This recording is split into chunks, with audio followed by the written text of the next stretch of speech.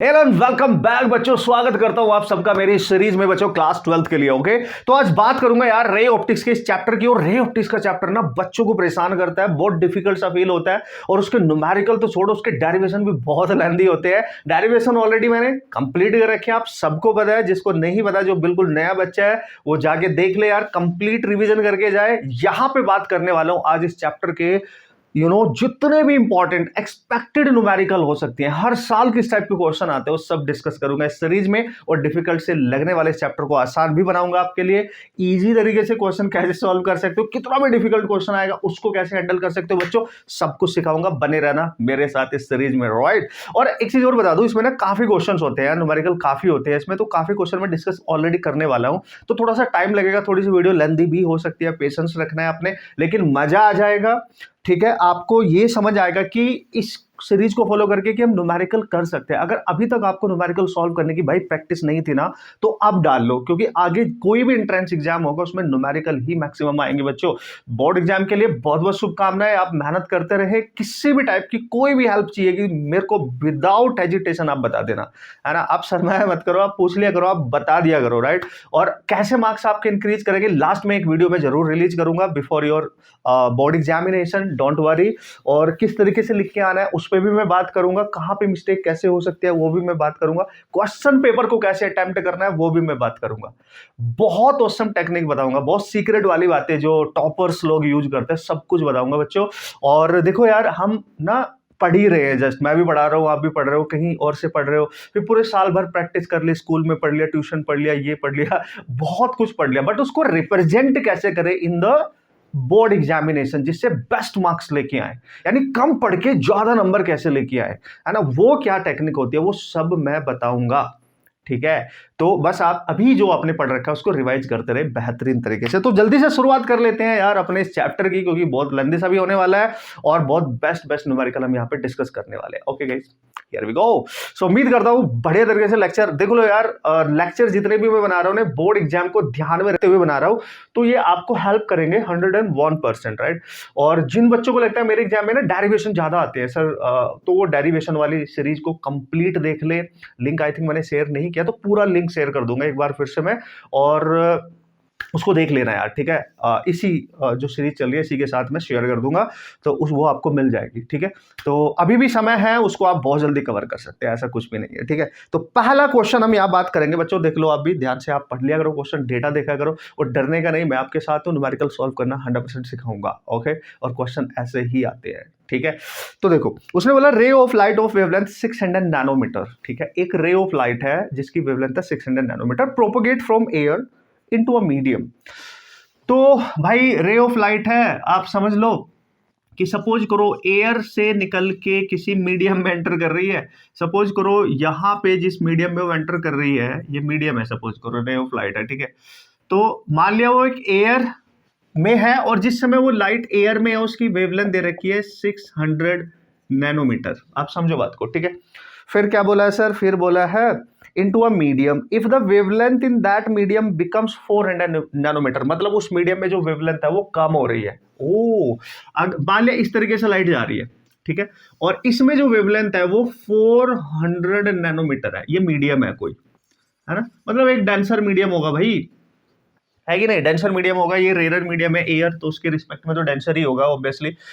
तो एयर से जब आ रही है तो उसकी वेवलेंथ दे रखी है, और जो मीडियम में एंटर कर रही है तब भी वेवलेंथ दे रखी है बॉस। और एयर का रिफ्रैक्टिव इंडेक्स हमें ऑलरेडी पता होता है, तो भाई रिफ्रैक्टिव इंडेक्स ऑफ मीडियम ही पूछेगा ना आपसे, तो वो पूछ रहा है what is the refractive index of the medium.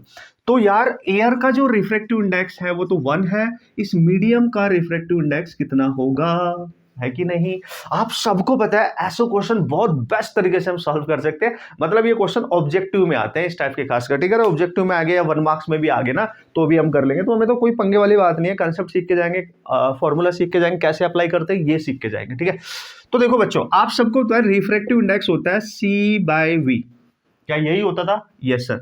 मतलब refractive index speed of light in vacuum over speed of light in medium होता है। अगर स्पीड ऑफ लाइट पूछता तो ये कर लेते, लेकिन हमारे को पता है ये नहीं पूछा है भाई, refractive index speed of light in medium, यानी अगर वो यहाँ एयर में है तो उसकी सी मानेंगे, मीडियम मेंटेन कर रहा है स्पीड वी मानेंगे, और वो वी के इनवर्सली बोल रहे हैं क्योंकि सी तो कांस्टेंट रहने वाला है बॉस, वी के इनवर्सली। और बच्चों आप सबको पता होगा वी इज इक्वल टू क्या होता था, याद करो, एफ लैम्डा।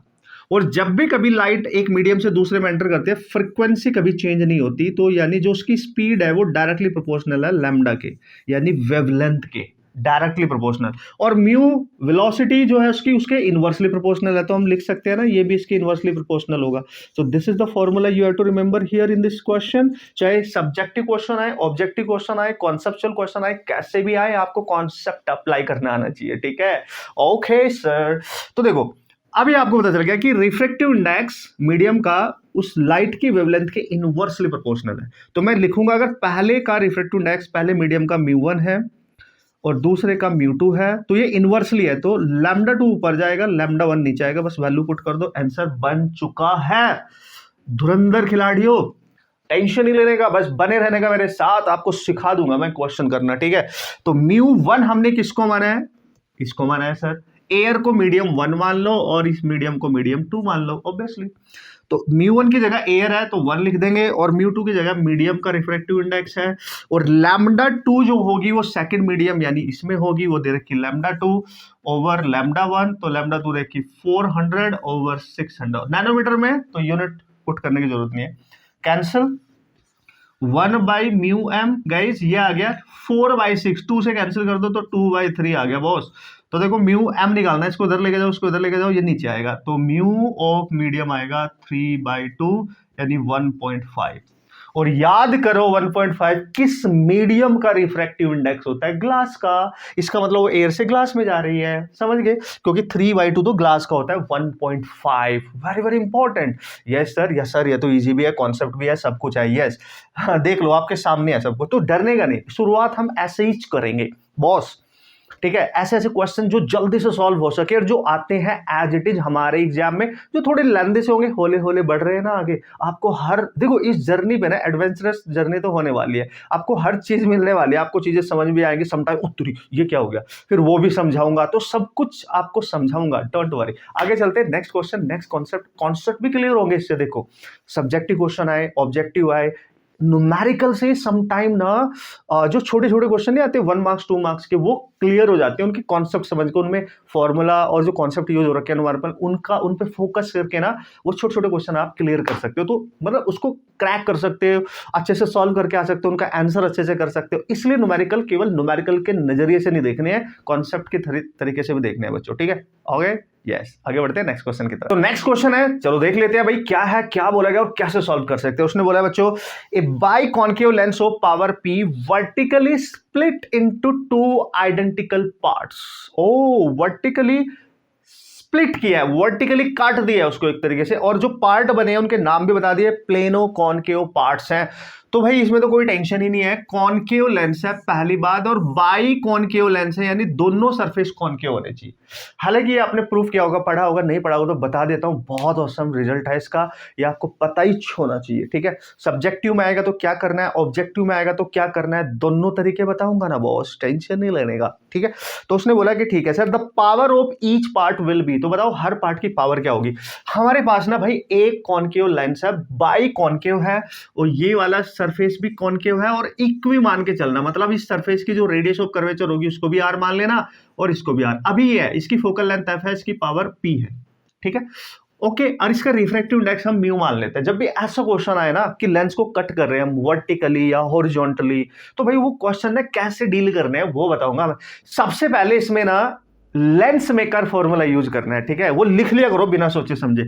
किसी भी लेंस के लिए lens maker formula 1/f mu -1, mu lens का रिफ्रैक्टिव इंडेक्स होता है, और radius of curvature r1 -1/r2, ठीक है। और जब भी कॉनकेव लेंस हो, नॉट कॉन्वेक्स, कॉनकेव, तो ये जो लेफ्ट में सरफेस है इसका लेफ्ट वाला, और ये वाला सरफेस है जो राइट वाला, ये भी याद रख सकते हो डायरेक्ट। इसकी रेडियस ऑफ कर्वेचर को हमेशा r1 मान लो और उसको नेगेटिव लो, जो भी गिवन हो, जैसे यहाँ r मान लेना, हमने नेगेटिव लेनी है। राइट वाले सरफेस की रेडियस कर्वेचर हमेशा r2 मानो और उसको पॉजिटिव लो, पहले तो ये समझ लो, ठीक है। समझो समझो कॉन्सेप्ट, कैसा भी न्यूमेरिकल आए, यस आप सॉल्व करके आओगे।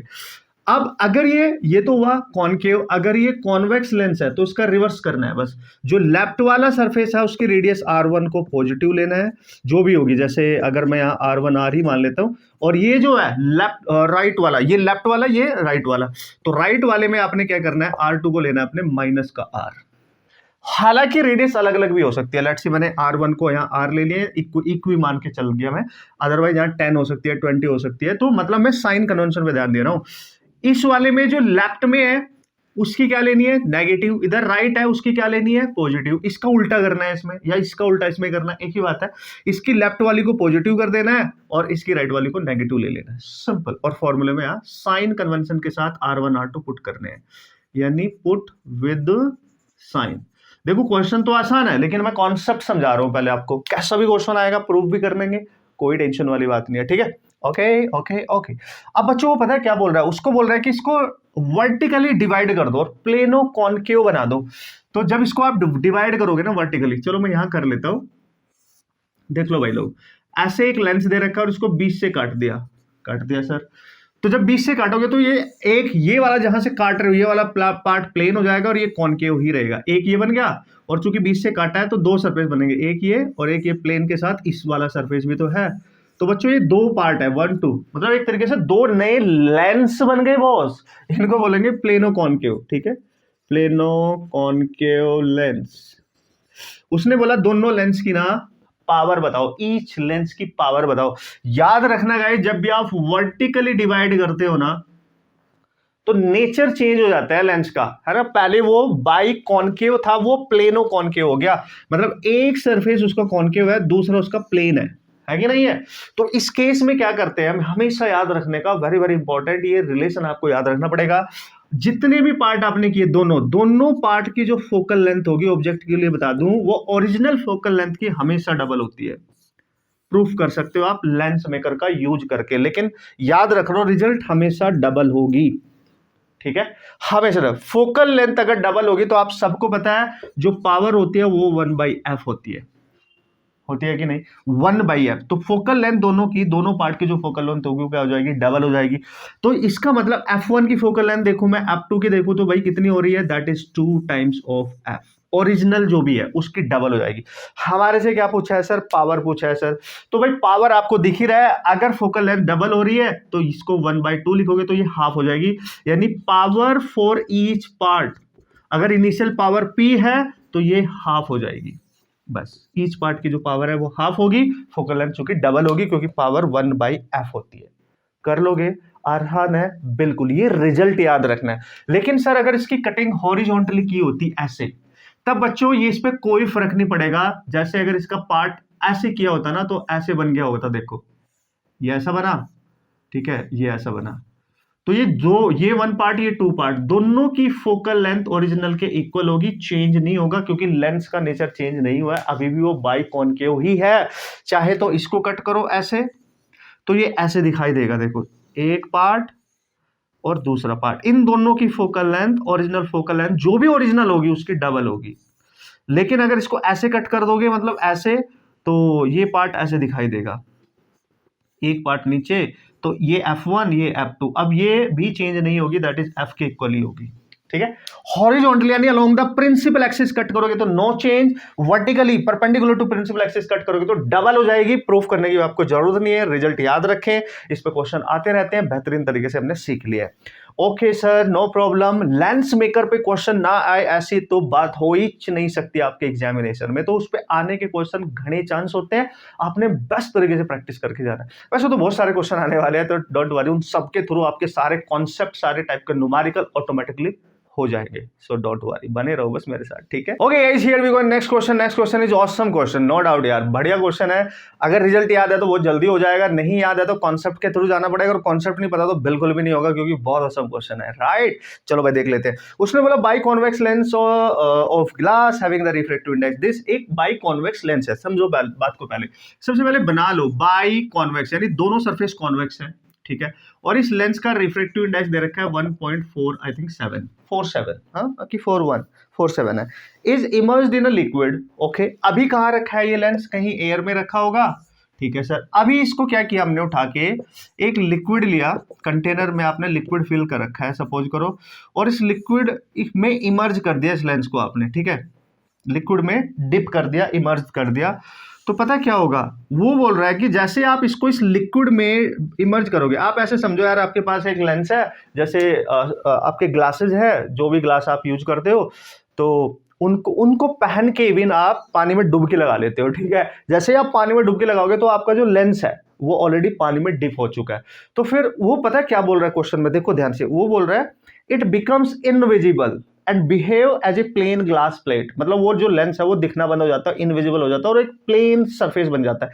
ऐसे ना हो कि ऐसे प्लेन हो जाता है, ऐसे ना हो कि, देखो अभी तो ऐसे है ना, अभी तो ऐसे, आप समझ रहे हो, अभी तो ऐसे है, फिर वो बिल्कुल प्लेन हो जाएगा, ऐसे इनविजिबल हो जाएगा। तो ये कब पॉसिबल होगा, आप मेरी बात ध्यान से समझना। देखो बच्चों, जब भी कभी कोई लेंस एक प्लेन सरफेस की तरह रिएक्ट करे, प्लेन सरफेस बन जाए, तो प्लेन जो सरफेस होता है ना, आप समझो प्लेन सरफेस की तरह अगर एक ग्लास की तरह या लेंस की तरह काम करेगा ना, यही बोल रहे हैं, हाँ, ग्लास प्लेट की तरह अगर ये काम करेगा, प्लेन सरफेस मान लो, ग्लास प्लेट मान लो प्लेन वाली, तो प्लेन सरफेस की जो रेडियस होती है ना वो इनफाइनाइट होती है, और उसकी जो फोकल लेंथ होती है उस वजह से इनफाइनाइट होती है। तो याद रखना, कोई भी प्लेन सरफेस होगा उसकी फोकल लेंथ इन्फिनिटी होती है। और चूंकि ये जो लेंस है ये एक प्लेन सरफेस में कन्वर्ट हो रहा है, और लेंस का रिफ्रैक्टिव इंडेक्स अगर म्यू है और ये किसी मीडियम में आपने डिप करा था, तो हमें पता है लेंस मेकर यूज करेंगे 1/f म्यू। और अभी चूंकि लिक्विड में डिप किया है तो लिक्विड से जाएगी लाइट लेंस के अंदर, यानी जो मीडियम है वो, और किसके अंदर जाएगी, लेंस के अंदर। तब चूंकि मीडियम में आपने डिप किया है तो डायरेक्ट आप म्यू नहीं लोगे, लेकिन क्योंकि आउटसाइड जो मीडियम है वो लिक्विड है ऑलरेडी, तो लाइट जा रही है मीडियम से लिक्विड में, इंटू 1/r1 माइनस 1/r2। और मैंने अभी बताया कि जब भी कोई लेंस कोई प्लेन सरफेस बन जाए उसकी फोकल लेंथ हमेशा इन्फिनिटी लेनी है, ठीक है।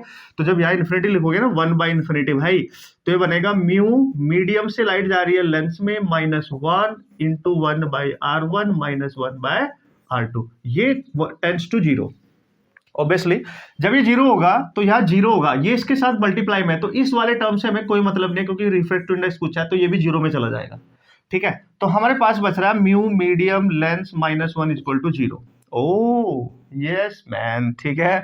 तो लिखेंगे कैसे सर, तो भाई हम इसको लिखेंगे म्यू मीडियम से लाइट जा रही है लेंस में इक्वल टू 1। अब इसको, ये रिलेटिव रिफ्रैक्टिव इंडेक्स है, मतलब मीडियम से लाइट लेंस में जा रही है, तो उसको कैसे लिखते हैं, रेशियो में। कहां से जा रही है, मीडियम से लेंस, तो लेंस को पहले लिखो, लेंस का रिफ्रैक्टिव इंडेक्स, फिर जिस मीडियम से जा रही है, जैसे वो लिक्विड था उसका, और इक्वल टू 1। तो आप देख सकते हो रिफ्रैक्टिव इंडेक्स ऑफ लेंस, और इसको इधर मल्टीप्लाई कर दो, equal to refractive index of medium. बच्चों वेरी वेरी इंपॉर्टेंट, मतलब कोई भी लेंस वाटर में या किसी भी लिक्विड में, वाटर नहीं कोई भी लिक्विड हो सकता है, उसमें इमर्ज करने से अगर वो एक ग्लास प्लेट की तरह रिएक्ट करे, वो इनविजिबल हो जाए, तो ये तभी पॉसिबल है जब लेंस का रिफ्रैक्टिव इंडेक्स और उस मीडियम का सेम होगा, सेम। बस ये ध्यान रखना था आपने, यानी इसका आंसर करना है कि the refractive index of that medium must be equal to the refractive index of the lens. Simple, this is possible only when, फिर वो दिखेगा नहीं, वो एक ग्लास प्लेट की तरह नजर आएगा और लेंस लगेगा ही नहीं कि लेंस है ना। कमाल का रिजल्ट। यस,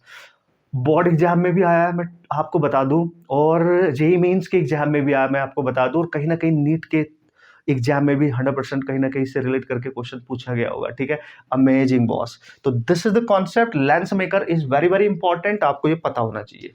आगे और भी क्वेश्चन आएंगे, डोंट वरी, मैं पता करा दूंगा, ठीक है, आपको इसको अप्लाई करना सिखा दूंगा। चले आगे बच्चों, okay okay guys, here we go. Next question again same फॉर्मूले पे ही है, क्योंकि लास्ट ईयर भी क्वेश्चन आया था, मेरे को पता है। तो ये फॉर्मूला बहुत ही घना इंपॉर्टेंट है, हर एग्जाम में क्वेश्चन आते हैं, आपके कॉम्पिटिटिव एग्जाम में, आपके बोर्ड एग्जाम में, तो इसकी प्रैक्टिस करना, लॉट ऑफ प्रैक्टिस करना तो बनता है ना बॉस। यस सर, बनता है, बिल्कुल बनता है, राइट। तो चलते हैं, बढ़ते हैं और देखते हैं क्या है क्वेश्चन की कहानी मेरी जुबानी, और कैसे हम इजिली इसको क्रैक कर सकते हैं आप सबके लिए। देख लो, पढ़ लो, समझ लो, लिख लो, क्या गिवन है उसमें। सबसे पहले लिख लिया करो बॉस, उड़ा डालेंगे, फोड़ डालेंगे, टेंशन लेने का। आपको न्यूमेरिकल करने आएंगे कि न्यूमेरिकल अगर आ गए तो मेरे को डरने की अब जरूरत नहीं है मेरे एग्जाम के अंदर, है ना। बाकी सब मैं रिवाइज करके जा ही रहा हूं, अब मेरे को न्यूमेरिकल भी सॉल्व करने आएंगे। देख लो भाई, उसने बोला the focal length of convex lens made of glass of refractive index this is 20 centimetre. Focal length दे रखी है, और कॉन्वेक्स लेंस है, और इसकी फोकल लेंथ आपको दे रखी है, दैट इज 20 सेंटीमीटर, और इसका रिफ्रैक्टिव इंडेक्स कितना है भाई लोग, ग्लास का बना हुआ है 1.5 दे रखा है, दिस इज 1.5। ठीक है सर। अब पूछ लो what will be its new focal length when it is placed in a medium of refractive index 1.25। ओ, फिर आगे बोल रहा है इज फोकल लेंथ पॉजिटिव और negative, what does it signify, right? बता देंगे, कोई टेंशन नहीं है, ठीक है। अभी पहले देख लो, सेम टाइप का क्वेश्चन है कि पहले लेंस आपका एज इट इज रखा है और हम मान के चलेंगे एयर में रखा है, फिर उसको उठा के किसी मीडियम में रख देते हैं। मान लीजिए एक मीडियम है, ये पूरी जो बाउंड्री मैंने बनाई है किसी मीडियम की है, और इस लेंस को उठा के यहाँ प्लेस कर दिया। तो जब किसी मीडियम में रखोगे तो उसके आसपास का जो रीजन है भाई वो चेंज हो चुका है मीडियम, तो ये कोई मीडियम है तो ये चेंज हो गया, इसका रिफ्रैक्टिव इंडेक्स म्यू एम होगा, और इसका तो आपको दे ही रखा है। तो लाइट अब मीडियम से लेंस में जाएगी ना, यहाँ पे एयर से जा रही है, तो उसकी फोकल लेंथ दे रखी है उस कंडीशन में। तो देखो है तो उसी टाइप का, लेकिन सॉल्व कैसे करें बच्चों, ट्रस्ट में कैसा भी क्वेश्चन आए आराम से हैंडल कर सकते हो, और हर साल लगभग आ जाता है। देखो अगर ये मीडियम बाय डिफॉल्ट अगर मैं बोलूं, not fault, right, by default अगर ये मीडियम हो वाटर ही दे कि वाटर ही है जी, ये मीडियम, ये लिक्विड है, और ये लिक्विड है लेट्स सी, और ये वाटर है, ठीक है। और अगर गलती से वाटर बोल दे, तो जब भी कभी किसी लेंस को ना, कॉन्वेक्स लेंस है आपके पास, उसको उठा के आप एयर से पानी में रख रहे हो, है ना, वाटर में, वाटर स्पेसिफिक तौर पे बोला है मैंने, तो बच्चों वाटर में रखने से उस लेंस की जो नई फोकल लेंथ होगी ना, न्यू, वो 4 टाइम हो जाएगी जब वो एयर में रखा था, जो गिवन होगी 4 टाइम्स। ये रिजल्ट याद रखना ऑब्जेक्टिव के लिए सुपर इंपॉर्टेंट है, अंडरस्टूड, वेरी वेरी इंपॉर्टेंट। तो वाटर में रखने से 4 टाइम्स होगी, लेकिन अगर वो मीडियम वाटर नहीं है, कोई अदर लिक्विड है और उसका रिफ्रैक्टिव इंडेक्स दे रखा है, क्योंकि वाटर का रिफ्रैक्टिव इंडेक्स आप सब बच्चों को पता है, दैट इज 1.33 या 4/3। इसके अलावा और कोई मीडियम है उसका रिफ्रैक्टिव इंडेक्स, फिर उसको कैसे करेंगे, लेंस मेकर देख लो, आ जाओ आ जाओ। जब ये पहली सिचुएशन में लेंस रखा है तो उसकी फोकल लेंथ को लिखेंगे बच्चों f1 पहली सिचुएशन में, और चूंकि ये एयर में है तो म्यू -1, यानी देखो मैं यहां लिख ही देता हूं कि हम लिखेंगे 1/f1 equal to mu of lens का रिफ्रैक्टिव इंडेक्स है ये, ठीक है, एयर के रिस्पेक्ट में, तो this is R1 minus R2, क्योंकि मीडियम बदलने से रेडियस तो चेंज नहीं होंगी ऑब्वियसली। जब आपको मीडियम में प्लेस कर दिया तो उसकी फोकल लेंथ लिखेंगे 1/f2, और लाइट अब मीडियम से लेंस में जा रही है इसलिए उसको M2L लिखेंगे, और ये वाला पार्ट एज इट इज रहेगा 1/R1 ओवर 1/R2। ठीक है बॉस, फर्स्ट वाली इक्वेशन को सेकंड से डिवाइड कर देना, रेशियो बनाना है। अगर सब्जेक्टिव क्वेश्चन आया तब बता रहा हूं, देखो जब इससे इसको डिवाइड करोगे ना, इसको डिवाइड कर दो 1/f2, तो यहां पे डिवाइड कर रहे हो आप, इसके नीचे आएगा म्यू, मीडियम से लेंस में जा रही है -1, और ये वाला पार्ट R1, ये वाला पार्ट एज इट इज रहेगा। देखो ये पूरा पार्ट कैंसिल नहीं हो गया, और ये फोर्थ ऊपर चला जाएगा, तो f2 ऊपर जाएगा, f1 नीचे रहेगा। यहाँ पे क्या बचा, रिफ्रैक्टिव इंडेक्स ऑफ लेंस -1 बचा, और नीचे क्या बचा, मीडियम से लेंस में जा रही है, तो रेशियो में लिख लो लेंस डिवाइड में मीडियम, और -1, कुछ नहीं करना, सारी वैल्यू पुट कर दो, आपका आंसर आ जाएगा। हमें f2 चाहिए जब मीडियम में रख दिया, f1 ओरिजिनल दे रखी है ये 20, बस हो जाएगा। देखो सारी वैल्यू पुट करो गाइस, तो f2/f1 लेंस का रिफ्रैक्टिव इंडेक्स 1.5 -1 डिवाइड में, ओ यस, तो लेंस का कितना है नीचे भी 1.5, और जो मीडियम का रिफ्रैक्टिव इंडेक्स है इसका दे रखा है मीडियम का 1.25, तो दिस इज 1.25 और -1, बस इसको सॉल्व करना है। धुरंधर खिलाड़ियों कर सकते हो ना, यस सर। कैसे, देखो f2 बाय ये f1 कितना है सर 20, बाद में पुट कर लेंगे, यहाँ बचेगा 0.5 गाइज। यहाँ पे क्या बच रहा है अगर आप ध्यान से देखेंगे, ये 1.5 है, ये 1.25 है, तो इसको 150/125 कर सकते हो आप, क्योंकि यहाँ से एक पॉइंट है या 2 नंबर्स के बाद पॉइंट है, ठीक है, और ये -1 आ जाएगा। ओके सर, थोड़ा सा और सॉल्व कर लो, तो 0.5 नीचे, ऐसे ही करना, इसका डायरेक्ट एलसीएम मत ले लेना, पहले पॉइंट हटाना। अब इसको कैंसिल कर सकते हो, देखो आप इस वाले को, ठीक है, इसको तो 25 से कैंसिल करो, ये 6 आएगा और ये 5 आएगा, तो 6/5 आ रहा है, तो 6/5 और -1 कर दो बच्चों, कर दिया सर, दिख रहा है, दिख रहा है। अब इसको मैं कहाँ लिखूंगा, यहाँ लिख रहा हूँ भाई, तो ये आ रहा है f2/20 इक्वल टू 0.5, ठीक है, ये 6 इसका एलसीएम लेंगे 5, यहाँ जाएगा 6 - 5 दैट इज 1/5, तो दिस इज 1/5, 5 ऊपर जाएगा बच्चों, तो f2/20 इक्वल टू 5 × 0.5, यानी इसको आप लिख सकते हो 2.5। Okay great. तो F2 जब निकालोगे तो 20 में मल्टीप्लाई हो जाएगा 2.5 इंटू 20 गाइज। तो F2 आपके पास यहां पे निकल के आ रहा है, दैट इज 5 सेंटीमीटर। और फोकल लेंथ कैसे आ रही है? पॉजिटिव आ रही है, ठीक है। तो इसका मतलब उसकी जो पॉजिटिव फोकल लेंथ निकल के आ रही है, आप देख सकते होंगे यहाँ पे पूरा क्वेश्चन हमने सॉल्व किया है, कोई दिक्कत हमें नहीं हुई सॉल्व करने में।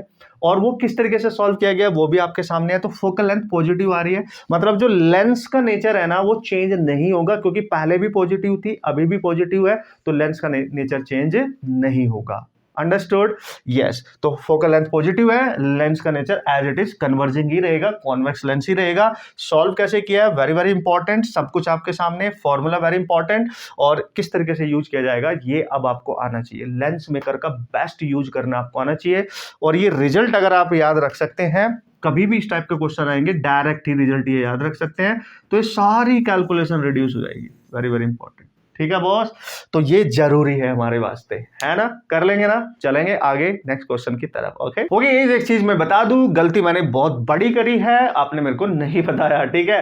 देखो भाई 2.5 इंटू 20 दैट ये तो 50 होगा बॉस, दैट इज 50 सेंटीमीटर। और वैसे भी आपने मीडियम में डिफ किया, फोकल लेंथ आपकी बढ़ेगी, तो यहां पे आप देख लो, यहाँ पे 50 आएगा, नॉट 5, है ना? इसको आप करेक्ट कर लेना। तो पहले 20 थी, अब 50 हो जाएगी। सो दिस इज कि आपने थोड़ा सा कैलकुलेशन में भी ध्यान देना है, क्योंकि कैलकुलेशन में इस तरीके के सिली मिस्टेक होने के काफी चांस रहते हैं जब आप सॉल्व करते हो। मेरे से भी हुआ है, देख लो आप।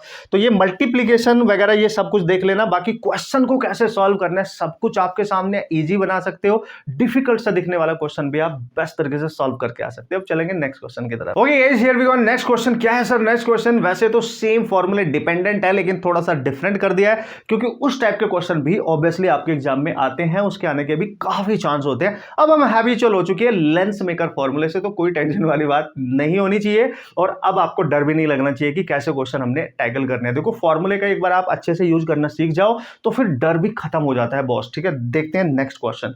उसने बोला ना, an object is placed 30 centimetre in front of A plano convex lens with its surface of radius of curvature 20 centimetre. Plano convex lens है बच्चों, ठीक है, उसके सामने रख दिया। प्लेनो कॉन्वेक्स लेंस है, उसके सामने रख देंगे। If the refractive index of the material of the lens is this, then find the position and nature of the image.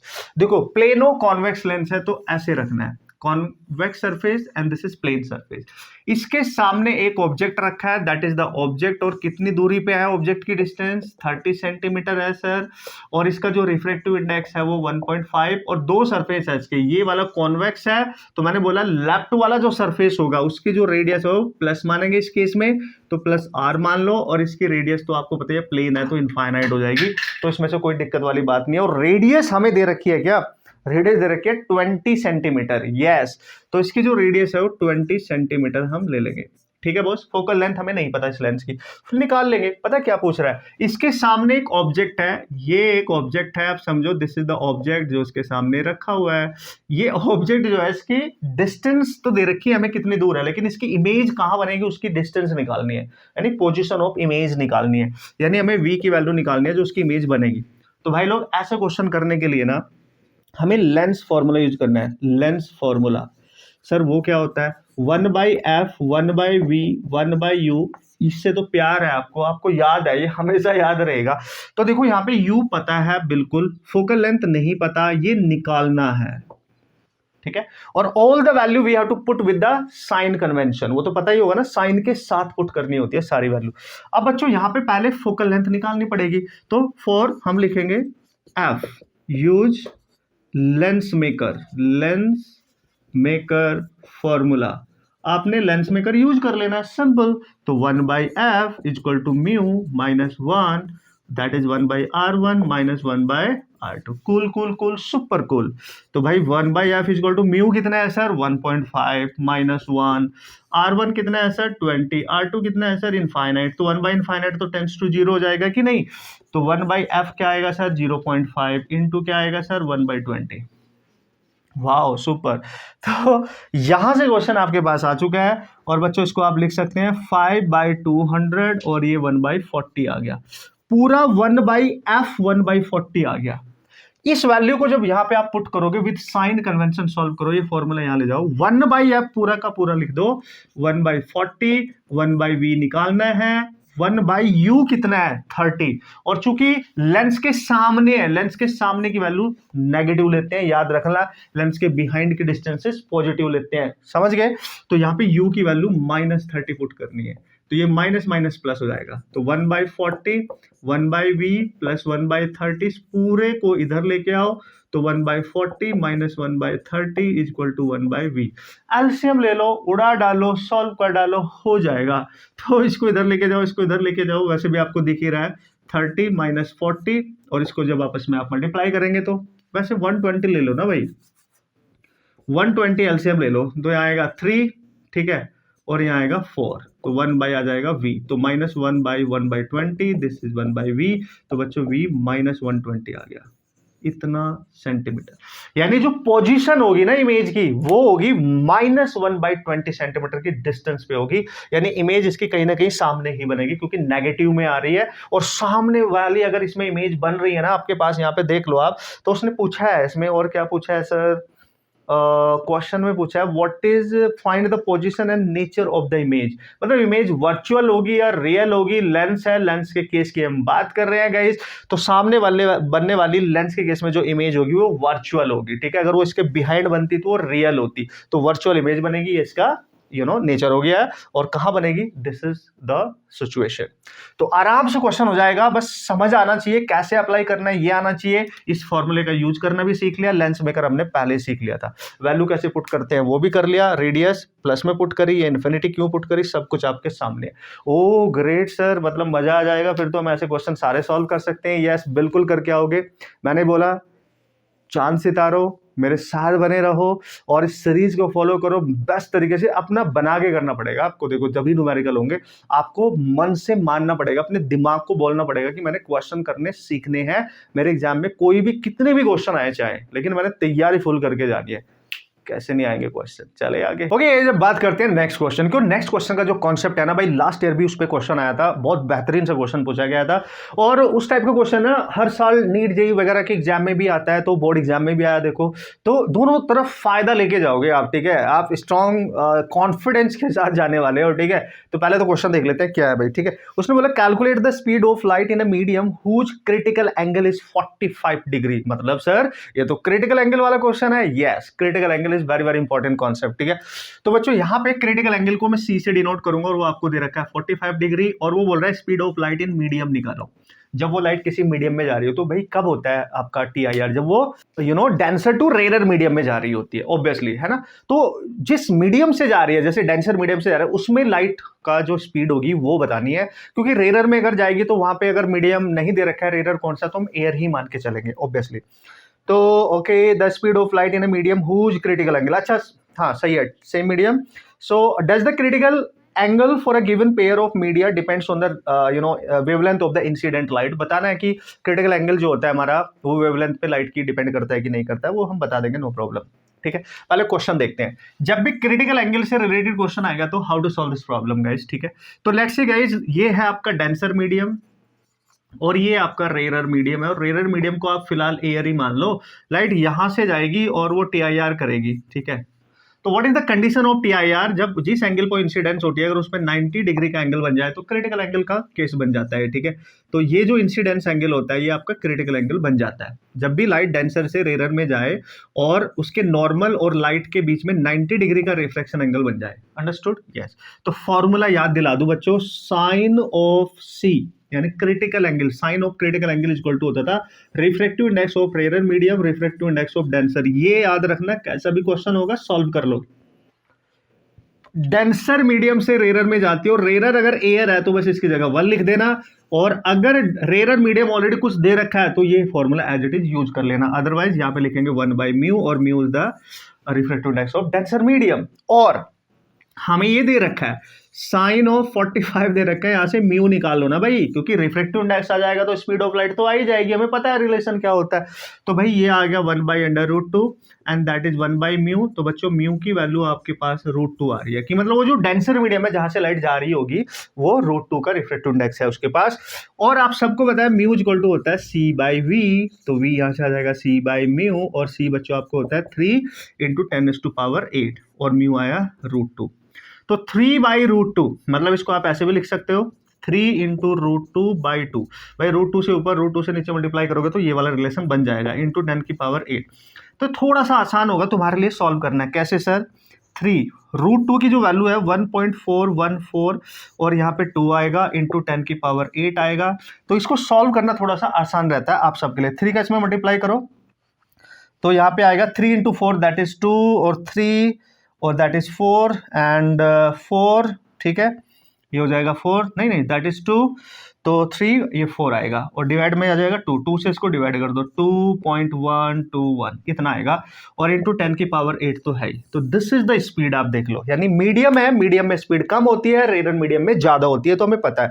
तो जो स्पीड आनी चाहिए बच्चों हमारे पास, दिस इज द स्पीड 2.12, इतना ही लिख लो 2.12 दैट इज 10⁸ मीटर पर सेकेंड। ओके, तो उस मीडियम में जिसका क्रिटिकल एंगल दे रखा है तो भाई उसका स्पीड ऑफ लाइट ऐसे निकाल सकते हो। लास्ट ईयर भी क्वेश्चन आया था, वेरी वेरी इंपॉर्टेंट गाइज। अगर रेयर मीडियम एयर है तो ये रहा फॉर्मूला, अगर कोई अदर है तो एज इट इज यूज करना है ये sin c equal to μr/μd। ठीक है boss, very very very important, वो तो फिर आप कर ही लेंगे। और आपको पता है म्यू इक्वल टू होता है c/v। और देखो रिफ्रैक्टिव इंडेक्स जो है ना, मैंने पहले बताया था ये स्पीड ऑफ लाइट के मीडियम में इनवर्सली प्रोपोर्शनल होता है। जो स्पीड ऑफ लाइट होती है वो लैम्डा यानी वेवलेंथ के डायरेक्टली प्रोपोर्शनल होता है। तो हम कह सकते हैं अगेन रिफ्रैक्टिव इंडेक्स जो है वो लैम्डा की इनवर्सली प्रोपोर्शनल है। और अगर रिफ्रैक्टिव इंडेक्स लैम्डा पे डिपेंड कर रहा है तो क्रिटिकल एंगल भी म्यू पे डिपेंड कर रहा है। तो क्रिटिकल एंगल हम कह सकते हैं कि लैम्डा पे डिपेंड करेगा, मतलब सी डिपेंड्स ऑन लैम्डा। क्यों? Because mu depends on lambda और म्यू डिपेंड्स लैम्डा पे कर रहा है, तो सी भी लैम्डा पे डिपेंड करेगा, क्योंकि म्यू और सी एक दूसरे के साथ रिलेट कर लेते हैं इस फॉर्मूले से। सिंपल। तो क्वेश्चन भी कर दिया हमने, लॉजिकल आंसर भी दे दिया, नो प्रॉब्लम एट ऑल, और मचा डालेंगे, आगे बढ़ेंगे। जितने भी क्वेश्चन आएंगे सबको बेस्ट तरीके से सॉल्व करेंगे, कॉन्सेप्ट सीखते हुए आगे बढ़ते जाएंगे। देखो यार, थोड़ी सी तकलीफ होगी आप लोगों को कि क्वेश्चन कर रहे हैं, न्यूमेरिकल कर रहे हैं सर, मतलब पूरे साल भर प्रैक्टिस नहीं किया तो अब कैसे सीखे। देखो थोड़ा सा पेशेंस दिखाओगे तो मजा आ जाएगा, आपका कॉन्फिडेंस आगे के लिए, लॉन्ग रन के लिए जो आप फाइट करने वाले हो उसमें भी आपको अच्छा फील होगा, कॉन्फिडेंस बनेगा, ट्रस्ट बिल्ड होगा कि हाँ मैं कर सकता हूँ भाई। ठीक है, तो सीखना तो पड़ेगा, तो थोड़ा सा पेशेंस तो दिखाना पड़ेगा, दम भी दिखाना पड़ेगा। ठीक है, चलते हैं नेक्स्ट क्वेश्चन की तरफ। Okay, here we go and this is the next question. Next question is what, देखते हैं ना क्या है यार, पढ़ेंगे, सॉल्व करेंगे, सॉल्व करना सिखाऊंगा, और वैल्यू कैसे पुट करनी है, फॉर्मूला क्या है, कॉन्सेप्ट क्या है, उसका डेरिवेशन हम भर भर के करते हैं, और मैंने डेरिवेशन कराया भी, आपको भी करना चाहिए, आपके एग्जाम में आने के भरपूर चांस होते हैं, और इस पर डिपेंडेंट न्यूमेरिकल भी एक मैं करा देता हूं। ठीक है, क्योंकि समटाइम क्या होता है ना, डेरिवेशन के साथ पार्ट 2 में ना न्यूमेरिकल भी जरूर पूछ लेता है वो, तो फिर वहां फंस जाएंगे हम। तो उससे बाहर निकलने के लिए क्या करना है, क्वेश्चन सॉल्व करना है। Come on guys. उसने बोला point object in air is placed symmetrically at a distance of 60 centimeter, okay, in front of a concave spherical surface of refractive index 1.5। concave spherical surface है, याद करो इस type का surface है concave, याद आया, इसका डेरिवेशन आपने किया है। ठीक है, इसके सामने यहाँ पे मैं प्रिंसिपल एक्सिस ड्रॉप कर देता हूँ, और इसके ये जो रिफ्रैक्टिव इंडेक्स बनेगा इधर, यानी कॉनकेव सरफेस का जो मीडियम है ये, इसका रिफ्रैक्टिव इंडेक्स दे रखा है 1.5, और इसके सामने एयर वाला रीजन है, तो इसका रिफ्रैक्टिव इंडेक्स ऑब्वियसली 1 होगा, तो इसको हम μ2 मान लेते हैं। ठीक है, और ऑब्जेक्ट ये आपका पोल, अगर मैं मान लूँ ऑब्जेक्ट इसके सामने रखा है बच्चों, 60 सेंटीमीटर पे ऑब्जेक्ट रखा है, यानी जो डिस्टेंस है पोल से वो 60 सेंटीमीटर है, और ये कॉनकेव सरफेस वाला है, याद आया कुछ? यस, इसका डेरिवेशन बहुत इंपॉर्टेंट। ठीक है, न्यूमेरिकल करते हैं फिलहाल। If the radius of curvature of the surface is 20 centimetre, find the position of the image formed. बताओ ये कॉनकेव सरफेस इस ऑब्जेक्ट की क्या, कहां पे इमेज बनाएगा, राइट? और इसके जो रेडियस ऑफ कर्वेचर है, यानी इसका कॉनकेव सरफेस है ना, इसका रेडियस ऑफ कर्वेचर बच्चों दे रखा है आपको 20 सेंटीमीटर। तो याद करो, जब भी आपका रिफ्रैक्शन हो रहा हो किसी किसी स्पैरिकल सरफेस के थ्रू, लाइक कॉनकेव या कॉन्वेक्स, तो उसका क्या रिलेशन हुआ करता था बच्चों? ओके गाइस, तो एक चीज यहां पे बहुत क्लियरली है कि ऑब्जेक्ट आपका रेयर साइड में रखा है ना कि डेंसर साइड में। तो लाइट रेयर टू डेंसर जा रही है, तो आप देख सकते हैं लाइट रे जो जाएगी वो देखो ये रेयर साइड है इसकी और ये डेंसर साइड है, तो डेंसर साइड में जाएगी। तो हमारे को पता है भाई रेयर टू डेंसर। तो जब भी कभी कॉनकेव हो या कॉन्वेक्स हो, स्फेरिकल सरफेस हो, रिफ्रैक्शन हो रहा हो और आपका जो ऑब्जेक्ट है वो रेयर साइड में रखा होगा, तब आपने यूज करना है μ2 by v minus μ1 by u equal to μ2 minus μ1 by r. Simple. अब आपको याद आ गया होगा ये फॉर्मूला। μ1 μ2 की ये रिफ्रैक्टिव इंडेक्स है, n1 n2 भी ले सकते हो, आपकी बुक में गिवन होगा जब आप प्रूफ करते थे, राइट। कूल। अब ये जो μ2 है ये क्या है? ये डेंसर वाला जो इसका रिफ्रैक्टिव इंडेक्स है और रेयर वाला का μ1 मानना है हमने, ठीक है। और v is the distance of image और u is the distance of object, r is the radius of curvature of this concave surface. ये और ये दोनों value put with sign, put with sign, ये प्रॉपर साइन के साथ put करनी है ना बॉस, ये बस ध्यान रखना। और मैंने आपको बता रखा है उस सरफेस के सामने की जो भी डिस्टेंसेज होंगी वो नेगेटिव लेनी है, बिहाइंड जो होंगी वो पॉजिटिव लेनी है। तो आप देखो ये कॉनकेव सरफेस है इस तरीके से, मतलब ऐसे है, तो इसका सेंटर भी इधर होगा, मतलब इसकी रेडियस भी इधर होगी और डिस्टेंस ऑफ ऑब्जेक्ट भी इसके सामने है, दोनों नेगेटिव लेनी है। यानी μ2 कितना है 1.5, v निकालना है, μ1 कितना है 1, u कितना है -60 क्योंकि इन फ्रंट है इसके, राइट। और इक्वल टू μ2 माइनस μ1 यानी 1.5 माइनस 1 और रेडियस भी लेंगे -20। सिंपल है, सॉल्व कर लेंगे। 1.5 बस ये फॉर्मूला याद होना चाहिए, वैल्यू कैसे पुट करनी है वो पता होनी चाहिए। रेयर टू डेंसर जा रही है, ये करना है। अगर डेंसर टू रेयर जाएगी तो इंटरचेंज हो जाएंगे, μ1 बाई दिस, μ2 बाई दिस, फिर ये आएगा, ठीक है। तो हम यहाँ लिखेंगे बच्चों 1/60 और यहाँ आ जाएगा 0.5 बाई -20। कूल है, कूल है, सुपर कूल है। इसको इधर लेके जाएंगे तो ये आ जाएगा 1.5 बाई वी इक्वल टू 0.5। देखो ना 0.5 बाई 20 है, ये पॉइंट हटाओगे तो नीचे 200 हो जाएगा, 200 को 5 से डिवाइड करोगे तो 40 आएगा, तो -40 लिख रहा हूं मैं यहाँ पे, ठीक है। माइनस का 1/40 और इधर जाके ये 60 भी माइनस का हो जाएगा 1/, ठीक है। कूल है सर, बिल्कुल। तो 1.5 बाई वी गाइज, और यहां से मैं क्या कॉमन ले सकता हूं, -1/10 कॉमन ले लूं तो यहाँ 1/4 बचेगा, प्लस यहाँ 1/6 बचेगा। एक चीज मैं और बता दूं, और आसान बनाना है तो 4 और 6 में से 2 भी कॉमन आ जाएगा, है ना। कॉमन लेना तो जानते ही होंगे ना भाई। तो इसको ऐसे लिख सकते हो आप, देखो 1.5 बाई वी इक्वल टू -1/10, दोनों में 10 था ना एक्स्ट्रा, वो मैंने बाहर ले लिया है, ठीक है। तो भाई लोग चलो यहीं पे ले सकते हो, अगर आपको आपका मन नहीं कर रहा है तो 6 यहाँ मल्टीप्लाई करो, 4 यहाँ, तो 10 हो जाएगा। और नीचे इनका एलसीएम लेने के लिए दोनों को मल्टीप्लाई कर दो तो 24 हो जाएगा। 10 से 10 कैंसिल, तो 1.5 बाई वी आ गया और माइनस का 1/24 आ गया गाइज। और v निकाल लो आप तो इसका इसमें मल्टीप्लाई हो जाएगा, इसका इधर, तो -24 इंटू 1.5 आएगा। तो v आपका आ जाएगा, दिस इज 0, 6 एंड 36 और पॉइंट यहाँ लगेगा तो v आएगा माइनस का 36 सेंटीमीटर। तो यानी जो इमेज बनेगी ना इस ऑब्जेक्ट की वो -36 सेंटीमीटर पे बनेगी, मतलब वो भी सामने की साइड बनेगी। और कॉनकेव की जो इमेज बनेगी वो सामने की साइड बनेगी, मतलब वर्चुअल बनेगी, पक्का पक्का, ठीक है। तो जिधर ऑब्जेक्ट है उधर इमेज बनेगी, 60 है तो कहीं इमेज इधर कहीं बनेगी यहाँ पे, इस तरीके से आप मान के चलो। समझ गए बॉस? Yes sir. तो वेरी वेरी क्लियरली कैसे सॉल्व करना है, फॉर्मूला क्या है, कैसे वैल्यू पुट करनी है। Whenever light goes from rare to denser, ये μ2 बाई वी लेना है, μ1 बाई यू लेना है, μ2 माइनस μ1 बाई आर, और u और r की value with sign convention put करनी है, बस ये याद रखना है। बाकी तो कैलकुलेशन है यार, आप कर लेंगे, डेरिवेशन हमने कर रखा है ऑलरेडी, तो कोई टेंशन वाली बात नहीं है, ठीक है। समझ आ गया होगा और आ जाना चाहिए। एक बार फिर से देख लेना और मस्त तरीके से जितने भी क्वेश्चन है, देखो अभी प्रिज्म बचा है, प्रिज्म के क्वेश्चन करूंगा और लेंस के भी अभी कुछ क्वेश्चन है, अभी लेंस उस ऑब्वियसली उसका डिस्कशन करूंगा। तो 2-4 क्वेश्चन और आपको मिलेंगे, लेकिन सब कुछ कंप्लीट हो जाएगा। इतना बड़ा चैप्टर और इन न्यूमेरिकल के थ्रू सारे कॉन्सेप्ट भी रिवाइज हो जाएंगे, न्यूमेरिकल भी सॉल्व करने आ जाएंगे, कॉन्फिडेंस भी बढ़ जाएगा, है कि नहीं? कमाल की चीज। Yes boss. ओके धुरंधर खिलाड़ियों, here we go, this is the next question. I hope you understood और आपको मजा भी आ रहा होगा। मजा तो देखो तो यार आपको ना एंजॉय तो करना ही पड़ेगा, क्योंकि न्यूमेरिकल थोड़ी सी तकलीफ देती हैं बच्चों को, क्योंकि वो ईजी साइड नहीं होता, वो कंफर्ट साइड नहीं होता है बच्चों का, क्योंकि न्यूमेरिकल सॉल्व करने से उनको डर लगता है, उनको डराया जाता है एक्चुअली, लेकिन वो डर भगाने का सबसे बेस्ट तरीका यही है कि आपको एक सीरीज मिल रही है, उसको बेस्ट तरीके से फॉलो करो और थोड़ा सा ध्यान उस पर दो और क्वेश्चन आपको आ जाएंगे, सीख जाओगे। Done done done. और समय लग जाता है यार थोड़ा सा, देखो हर चीज को सीखने में थोड़ी इनिशियली तकलीफ होती है, जो टफ सी लगती है, उसके बाद धीरे धीरे धीरे धीरे वो आसान लगने लगती है, क्योंकि प्रोसेस स्मूथ हो जाता है, हमारा दिमाग उसको ऑब्जर्व करना और उसको एक्सेप्ट करना सीख जाता है। Done done done. चलो भाई नेक्स्ट क्वेश्चन क्या है पता है, उसने बोला convex lens of focal length 25 centimetre is placed coaxially in contact with the concave lens of focal length 20, एक है पहले वाला 25 सेंटीमीटर, दूसरे वाला 20 सेंटीमीटर, ठीक है, कॉन्वेक्स और कॉन्केव। तो देखो ऐसे समझो, अगर ये कॉन्वेक्स है और इसी के साथ कोएक्सियली एक लेंस इसके कांटेक्ट में प्लेस किया गया है, तो यहीं पे प्लेस कर देते हैं इसी तरीके से। तो कॉन्केव है तो ऐसे प्लेस कर दिया है, ठीक है। इसकी जो फोकल लेंथ है वो 25 सेंटीमीटर है और कॉन्केव वाले की फोकल लेंथ बच्चों 20 सेंटीमीटर। आप समझो इनका बीच का जो गैप होगा वो बहुत कम होगा, मतलब डिस्टेंस ज्यादा नहीं होगी, पास पास रखे होंगे, ऐसे समझ के चलना, ठीक है सर।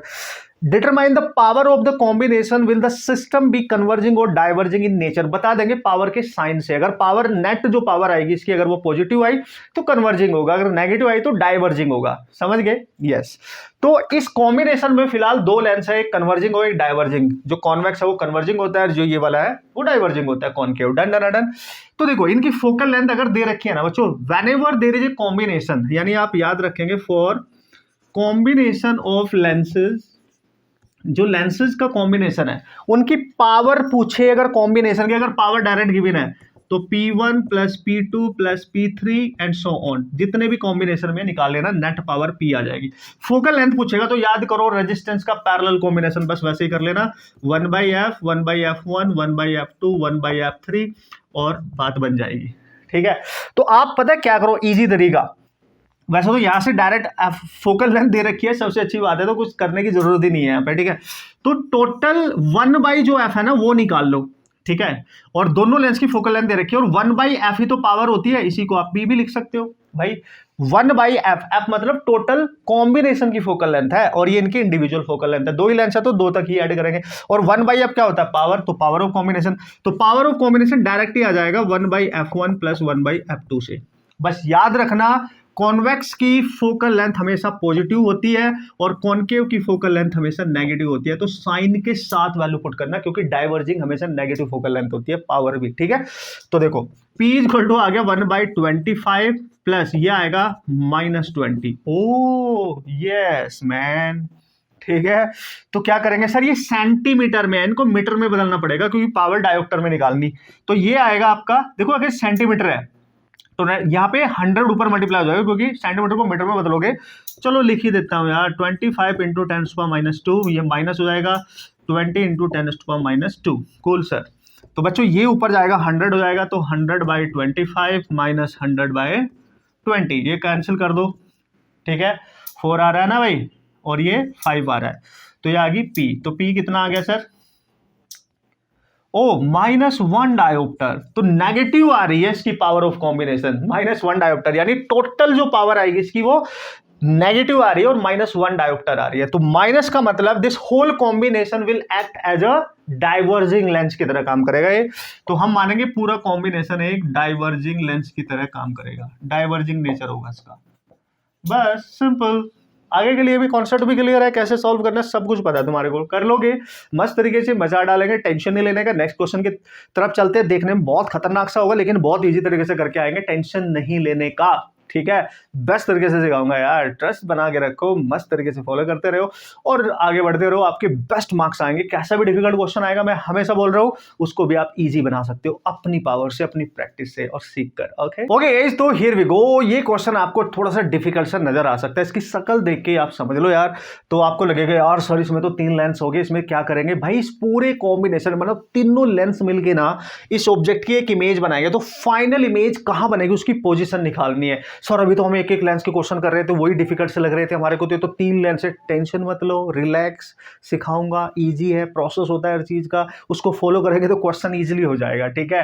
तो देखो आराम से देखने का, क्योंकि बहुत इंपॉर्टेंट है आपके बोर्ड एग्जाम के लिए, राइट, बहुत ज्यादा, खासकर सीबीएसई वाले बच्चों के लिए सुपर इंपॉर्टेंट। तो कैसा भी क्वेश्चन आएगा आप ध्यान से देखो, रिपीट भी हो चुका है, ठीक है। तो 3 लेंस है भाई, ये लेंस 1, लेंस 2, लेंस 3, इसकी फोकल लेंथ 10 सेंटीमीटर, और कॉन्वेक्स है तो प्लस होगी, कॉनकेव की माइनस 10 सेंटीमीटर, ये भी कॉन्वेक्स है तो प्लस 30 सेंटीमीटर है। इन दोनों लेंस के बीच की 5 सेंटीमीटर डिस्टेंस है, ये दोनों की गैप जो है वो 10 सेंटीमीटर पे है, और पहले लेंस से ऑब्जेक्ट 30 सेंटीमीटर पे रखा गया, this is your object. Okay, तो वो बोल रहा है पूरे कॉम्बिनेशन की वजह से जो फाइनल इमेज बनेगी ना उसकी पोजिशन निकालो, यानी फाइनल इमेज पोजिशन। ओ yes guys, final image position निकालेंगे, मतलब ये भी एक इमेज बनाएगा, वो इसके लिए ऑब्जेक्ट का काम करेगी, फिर ये एक इमेज बनाएगा, वो इसके लिए ऑब्जेक्ट का काम करेगी, फिर ये फाइनल इमेज बनाएगा। ऐसे चलेंगे स्टेप बाय स्टेप, पेशेंस के साथ। ओके, कैसे सर? मैं 3 सेक्शन बना रहा हूं क्योंकि तीनों सेक्शन काम आने वाले हैं। लास्ट का सेक्शन इजी रहेगा, टेंशन नहीं है। देख लो, अगर मैं यहाँ पे यूज करूं 4 लेंस L1, पहला लेंस लेते हैं, लेंस फॉर्मूला यूज करना है। तो देखो, इस लेंस के लिए ऑब्जेक्ट ये रहा, इसकी फोकल लेंथ पता है, ये फोकल लेंथ है इसकी f1, और ये इसकी फोकल लेंथ है दैट इज f2, उसने बोल दिया है, और ये इसकी है f3।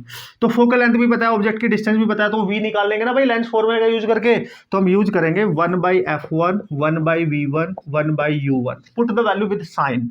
फोकल लेंथ तो पॉजिटिव ही रहेगी, तो 10, v1 निकालनी है, u कितना है सर? उसके सामने है 30, तो -30 हो जाएगा।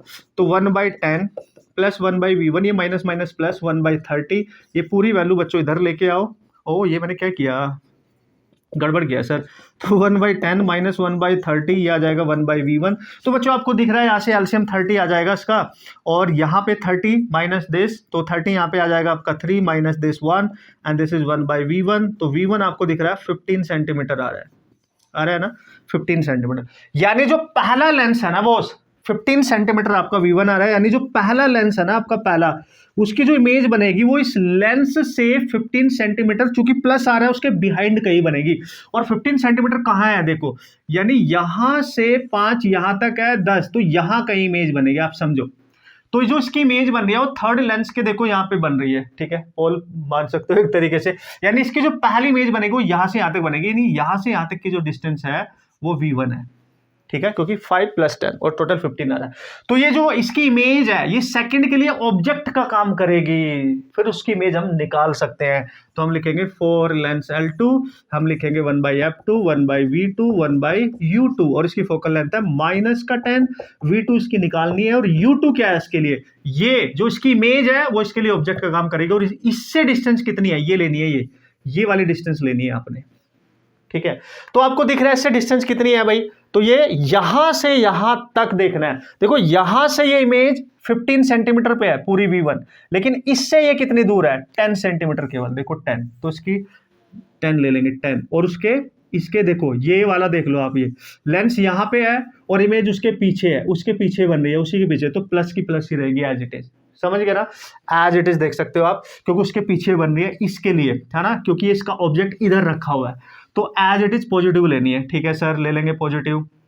तो बच्चों अगर बहुत क्लियरली यहां से आप देख पा रहे होंगे, ये -10 है, इधर भी -10 है, तो कैंसिल हो रहा है, यानी 1/v2 आपका 0 आ रहा है, तो v2 आपका इनफाइनाइट आ रहा है।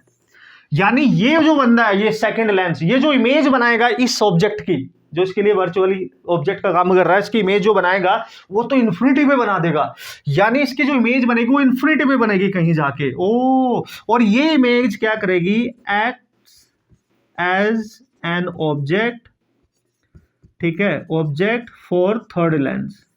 जैसे ये वाली इमेज थी, ये करेगी act as an object for L2 lens.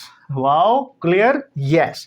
तो सिंपली अब मैं लिख दूंगा 4 लेंस L3 और 1/f3, 1/v3, 1/u3, और इसकी फोकल लेंथ तो दे रखी है। और इसके लिए अगर इमेज इन्फिनिटी पे है तो वो इसके लिए ऑब्जेक्ट का काम कर रही है, तो ऑब्वियसली इसके फोकस पे ही बननी चाहिए, और फोकस लेंथ कितनी है 30, तो आंसर तो उसका 30 आएगा। लेकिन कैसे, देखो इधर 1/f3 30, 1/v3 निकालना है, u3 क्या है इसका ऑब्जेक्ट कहाँ है, जो इसकी इमेज है वो इसका ऑब्जेक्ट है, यानी इन्फिनिटी, तो 1/∞ तो टेंस टू 0 है, तो 1/30 इक्वल टू 1/v3, तो v3 आ गया बच्चों 30 सेंटीमीटर। यानी जो फाइनल इमेज है वो कहां बनेगी, इसके फोकस पे बनेगी, सिंपल, ठीक है। तो फाइनली जो इमेज है वो at focus of third lens, simple, this is the answer, this is how you can crack the problem. बस लेंस फॉर्मूला यूज करना था तीनों लेंस के लिए इंडिविजुअली। ग्रेट है ना, सुपर ग्रेट है, इसलिए डरने का नहीं, शकल से मत डरा करो यार, ठीक है।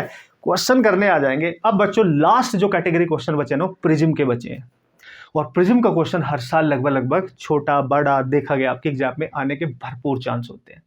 करें स्टार्ट, बस लास्ट है, 2 है, पेशेंस है, थोड़ा सा और समय है, थोड़ी सी वीडियो लंबी जरूर होगी लेकिन कंप्लीट चैप्टर की कवरेज आपको करके देगी, कॉन्फिडेंस बना के देगी। Okay okay, here we go and this is the next question, prism से रिलेटेड है भाई, इंपॉर्टेंट है भाई, इसमें कोई शक नहीं है भाई, ठीक है। चलो क्वेश्चन देख लेते हैं। A ray of monochromatic light passes through equilateral glass prism, equilateral है, पहले बनाओ, इक्विलेटरल ग्लास प्रिज्म है, और जब इक्विलेटरल होता है तो उसका जो प्रिज्म एंगल, क्योंकि हर एंगल 60 डिग्री होगा तो प्रिज्म एंगल कितना लेना है 60, यानी रिफ्रैक्टिंग एंगल कितना हो जाएगा सर इसका 60 डिग्री हो जाएगा।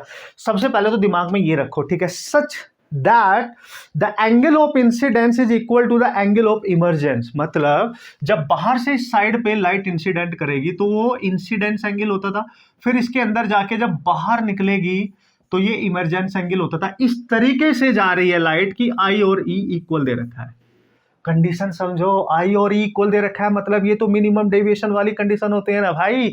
आई और ई कब इक्वल होते हैं, जब मिनिमम डेविएशन प्रोड्यूस होता है। डन, चलो आगे देखते हैं। एंड बोथ एंगल, उसने बोला both angle each of these angle is 3/4 times the angle of prism, मतलब इन दोनों की जो वैल्यू है ना वो प्रिज्म एंगल की 3/4 है, मतलब 3/4 प्रिज्म एंगल है 60। ओहो यस, तो ये कर लो 15, तो ये आ गया 45 डिग्री, मतलब आई की वैल्यू इंसिडेंस और इमरजेंस दोनों 45 डिग्री है। ये क्वेश्चन में गिवन है ऑलरेडी। तो बच्चों आपसे पूछा क्या है, find the angle of deviation and the refractive index of the glass prism. 2 part है इस क्वेश्चन के, पहला डेविएशन निकालो, दूसरा रिफ्रैक्टिव इंडेक्स निकालो, दोनों ही आसान हो जाएंगे अगर फॉर्मूला आता है आपको। बच्चों डेविएशन एंगल हमेशा याद रखना I + E - A होता है, ठीक है, और चूंकि ये दोनों तो सेम है तो ये तो मिनिमम डेविएशन का केस है, तो चाहे डेविएशन पूछे इस कंडीशन में या मिनिमम डेविएशन पूछे एक ही बात है, ठीक है, क्योंकि आई और ई इक्वल है। जब ये इक्वल है तो 45 + 45 तो दैट इज 90, और माइनस ए दे रखा है आपको 60, और ये आ जाएगा 30 डिग्री, और वो भी समझ रहे हैं अपने, डायरेक्टली ए नहीं दे रखा है, वो इक्विलेटरल ट्राइंगल है, दैट्स व्हाई उसका एंगल हमने 60 डिग्री लिया है, ठीक है। तो भाई मिनिमम डेविएशन तो डायरेक्टली आ गया 30 डिग्री, कूल सर। और भाई मिनिमम डेविएशन पता हो, एंगल ऑफ प्रिज्म पता हो, रिफ्रैक्टिव इंडेक्स पूछे तो super important formula, prism formula, mu equal to sine of del minimum plus A/2 over sine of A/2, super important formula आपके exam के लिए, बहुत क्वेश्चन आते हैं तो पुट कर लो वैल्यू यार। तो साइन ऑफ मिनिमम डेविएशन कितना आया सर 30, ये कितना है सर 45, डिवाइड में क्या करेंगे सर, नो सॉरी 60, ए की वैल्यू 60, और डिवाइड में साइन ऑफ 60/2, सुपर कूल। तो म्यू क्या लिखूंगा सर, मैं लिखूंगा 60 + 30 90/2 साइन 45 आ गया, और नीचे साइन 30 आ गया, दिख रहा है आपको। 45 1/√2 होता है, ये 1/2 होता है, 2 सबसे ऊपर √2 आएगा, और 2/√2 को आप √2 ही लिख सकते हो, √2 से ऊपर नीचे मल्टीप्लाई करके, सिंपल। यानी रिफ्रैक्टिव इंडेक्स आ गया आपका √2। मिनिमम डेविएशन एंगल पहले ही निकाल चुके हैं, सब कुछ सामने है। ये फॉर्मूला सुपर इंपॉर्टेंट, डेविएशन का फॉर्मूला जब आई और ई इक्वल हो तो ये दोनों को इक्वल करके क्या बन जाएगा, आप इसको ऐसे भी लिख सकते हो 2I - A, मचा डालेंगे। अब कोई भी क्वेश्चन इस कैटेगरी का आएगा सॉल्व कर डालेंगे, टेंशन नहीं लेने का। Last question awesome question, last year NEET में भी आया था, जेईई मेंस में भी आया था, बोर्ड एग्जाम में भी आया है, सोच के देखो कितना इंपॉर्टेंट होते हैं ऐसे क्वेश्चन, ठीक है। चले स्टार्ट करें, यस ओके बच्चों, लास्ट क्वेश्चन की कहानी मेरी जुबानी, जल्दी से स्टार्ट करते हैं, समझते हैं और फिनिश करते हैं इस लेक्चर को। काफी देर से आप इंतजार कर रहे थे सर कब कब कब कब कब फिनिश होगा, अब होगा ना भाई, सारे कॉन्सेप्ट कवर करने के बाद। डन डन डन, एटलीस्ट इतने कॉन्सेप्ट के इतने न्यूमेरिकल जरूर सॉल्व करने हैं, बाकी मैंने छोड़े हैं, और मतलब आपकी मर्जी होगी, लेकिन इतने एटलीस्ट करके जाएंगे। Understood, yes. A triangular prism of refractive angle 60 degree, मतलब उसका एंगल ऑफ प्रिज्म को ही रिफ्रैक्टिव एंगल कहते हैं भाई, वो 60 डिग्री रखा है, is made of a transparent material of refractive index 2/√3, यही दे रखा है पक्का, yes. A ray of light is incident normally on surface या face KL, yes KL Rahul, देख भाई आजा, इस तरीके से ये K लिखा है, ये L लिखा है, ये M लिख लिया उसने, ठीक है। उसने बोला भाई एक लाइट है ना वो 90 डिग्री पे यहां पे टकरा रही है, देख लो इस KL सरफेस पे, इस पे KL राहुल सरफेस, ये देख लो आप, ये 90 पे जब टकराए, जब भी कोई लाइट किसी सरफेस पे 90 पे टकराए तो उसका वहां पे इंसिडेंस एंगल 0 होता है हमेशा, याद रखियो, ठीक है। तो जब भी वो 0 होगा ये लाइट विदाउट डेविएशन आगे बढ़ जाएगी बच्चों, ये बिल्कुल भी डाइवर्ट नहीं होगी और विदाउट डेविएशन सीधे आगे बढ़ेगी, ऐसे आप समझना मेरी बात को, ठीक है। अब थोड़ा सा इसको बढ़ा लेता हूं जिससे आपको और क्लियरली चीजें समझ आ जाए, ठीक है। ऐसे मैंने थोड़ा सा इंक्रीज किया है, ऐसे, ठीक है। अब ये लाइट बिल्कुल विदाउट डेविएशन सीधी जा रही है, इस प्रिज्म के अंदर एंटर कर गई है, लेकिन जब ये यहां टकराएगी तो KM सरफेस से बाहर निकलेगी, तो यहां पे आपने नॉर्मल बनाना है अगेन, ठीक है। ये नॉर्मल हो गया और आपको देखना पड़ेगा नॉर्मल के साथ ये एंगल कितना है बच्चों। देखो ये है आपका 60 डिग्री, उसने दे रखा है कि भाई जो एंगल है रिफ्रैक्टिव यानी एंगल ऑफ प्रिज्म 60 डिग्री है, और ये जो प्रिज्म है इसका रिफ्रैक्टिव इंडेक्स बच्चों दे रखा है 2/√3। ऐसे क्वेश्चन कैसे क्रैक करते हैं ये सिखाऊंगा। तो सबसे पहले देख लो क्या पूछ रहा है, ट्रेस द पाथ ऑफ रे, ट्रेस कर रहे हैं भाई हम, रे डायग्राम कैसे बनना देख रहे हो आप as it is, through the prism and calculate the angle of emergence and angle of deviation, दोनों निकालने हैं। यानी जब ये इससे बाहर निकलेगी ना, देखो अभी डेंसर टू रेयर जाएगी तो सीधी तो नहीं जाएगी, डेंसर टू रेयर अवे हो जाएगी, तो थोड़ी सी एंगल ऑफ इमरजेंस है, तो मैं मान के चल रहा हूं ऐसे जा रही है, तो ये एंगल है इमरजेंस, ओके। और इसका डेविएशन भी पूछा है, यानी ई भी पूछा है और इसमें डेविएशन एंगल भी पूछा है, तो निकाल लेंगे। पहले देखते हैं ई क्या होगा, उसके अकॉर्डिंग डेविएशन निकाल सकते हैं, क्योंकि फॉर्मूला हमारे को डायरेक्ट ही पता है, ठीक है सर। रिफ्रैक्टिव इंडेक्स सब कुछ पता है। देखो guys, how to solve this type problem. सबसे पहले रे डायग्राम बन गया, यस। जब भी लाइट किसी सरफेस पे 90 पे टकराए तो इंसिडेंस एंगल तो 0 हो गया पहले ही, और वो बिना डेविएशन के सीधी जाएगी, सेम पाथ फॉलो करेगी। जब वो डेंसर से रेयर से बाहर आएगी तो थोड़ी सी अपने ओरिजिनल पाथ से डाइवर्ट हो जाएगी अवे फ्रॉम द नॉर्मल, ये नॉर्मल है इसके लिए, ठीक है, कूल है। अब अगर ये इंसिडेंस एंगल इसका इस सरफेस पे चाहिए तो देखो ये 60, ये 90 डिग्री, तो ये कितना होगा 30 डिग्री होगा। ये 30 है तो इस सरफेस और नॉर्मल के बीच 90 है, तो ये ऑब्वियसली 60 डिग्री होगा। कमाल हो गया सर, यस। तो बच्चों इस पॉइंट पर, अगर इस पॉइंट को मैं पॉइंट P कह दूं, यहां पे आपको स्नेल्स लॉ यूज करना है अगर आपको E निकालना है। ज्योमेट्री से भी आ रहा है ये आंसर, लेकिन हम निकालते हैं, तो हम यहां पे यूज करेंगे, देखना, यूजिंग स्नेल्स लॉ, ठीक है, एट पॉइंट P, है ना, कौन से सरफेस पे, KM सरफेस पे। ध्यान से, स्नेल्स लॉ क्या कहता है, आप सबको पता है कि जिस सरफेस, जिस मीडियम से लाइट जा रही है और जिसमें जा रही है, म्यू और साइन एंगल ऑफ इंसिडेंस और रिफ्लेक्शन का प्रोडक्ट लेना है, यानी इससे जा रही है तो इसका रिफ्रैक्टिव इंडेक्स लेंगे into sine of angle of incidence, और बाहर आ रही है तो बाहर वाले का रिफ्रैक्टिव इंडेक्स एयर है into sine of angle of जो उसका ये होगा इमरजेंस यानी ई, यही होता था, ठीक है, जिसको आप लिखते थे sine of i over sine of r, यही लिखते थे ना भाई लोग। Sine i over sine r मतलब यहां से यहां पे जा रहा है, तो देखो यही बनेगा ना, मतलब यहां पे आप क्या लिखोगे, दैट इज म्यू, किस में जा रही है, एयर में, और कहां से जा रही है, मीडियम से, यानी अंदर से, प्रिज्म मीडियम है, ठीक है, वहां से जा रही है। तो एक ही बात है, आप ऐसे लिख लो तो तुम्हें यही समझ में आएगा, ठीक है। तो प्रोडक्ट है दोनों का, जिस मीडियम से जा रही है उसका refractive index into sine of उसका इंसिडेंस एंगल, जिसमें बाहर निकलेगी उसका refractive index into sine of उसका इमरजेंस एंगल या रिफ्रेक्शन एंगल, ठीक है। तो म्यू कितना है इसका 2/√3 इनटू साइन ऑफ आई कितना है 60 डिग्री, ये होता है 1, और साइन ऑफ ई यहां से आप निकाल लेंगे, तो 2/√3 साइन 60 बच्चों √3/2 होता है। आप कूल देख सकते हो।